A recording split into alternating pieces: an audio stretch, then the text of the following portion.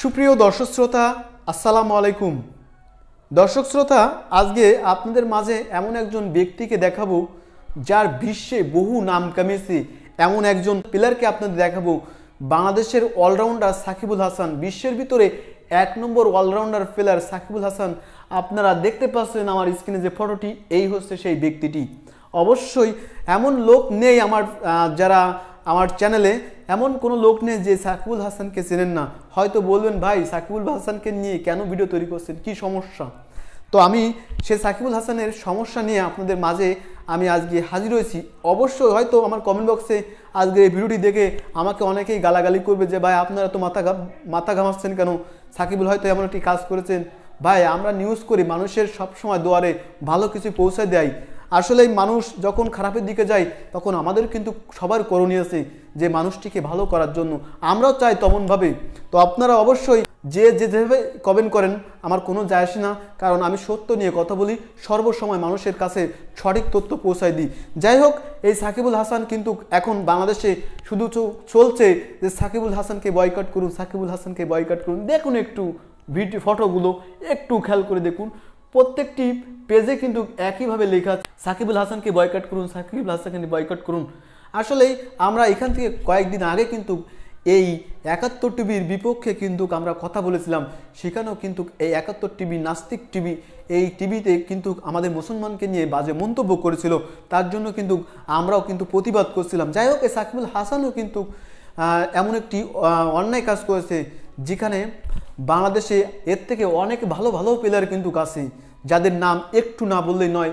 মাশরাফি বিন মুর্তজা, আপনি এরপরে আছে মুশফিকুর রহিম, বাংলাদেশে হার্ডি ব্যাটসম্যান, যিনি ব্যাটে আসলে বাংলাদেশের মনে জয়ের উৎসটা সব দিকে বেশি ভারী হয় বাংলাদেশের দিকে। তেমন একজন প্লেয়ারে কিন্তু আছে, তারও কিন্তু অনেক নাম যশ খ্যাতি অর্জন করেছে।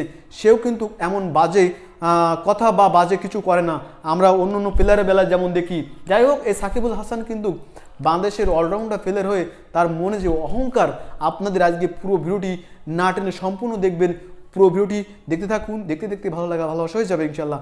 আর আমার চ্যানেলে যারা আজকে নতুন হচ্ছেন অবশ্যই চ্যানেলটি সাবস্ক্রাইব করবেন এবং এই ভিডিওটি যদি ভালো লাগে তাহলে বন্ধুদের মাঝে শেয়ার করুন। বন্ধুরা, এই সাকিবুল হাসান দেখুন, এখানে মন্দিরে এই কয়েকদিন আগে কিন্তু মন্দিরে গিয়ে সে একটি মন্দিরকে উদ্বোধন করেছিল। আপনারা একটু খেয়াল করে দেখুন, সে কিন্তু একজন হাজি মানুষ।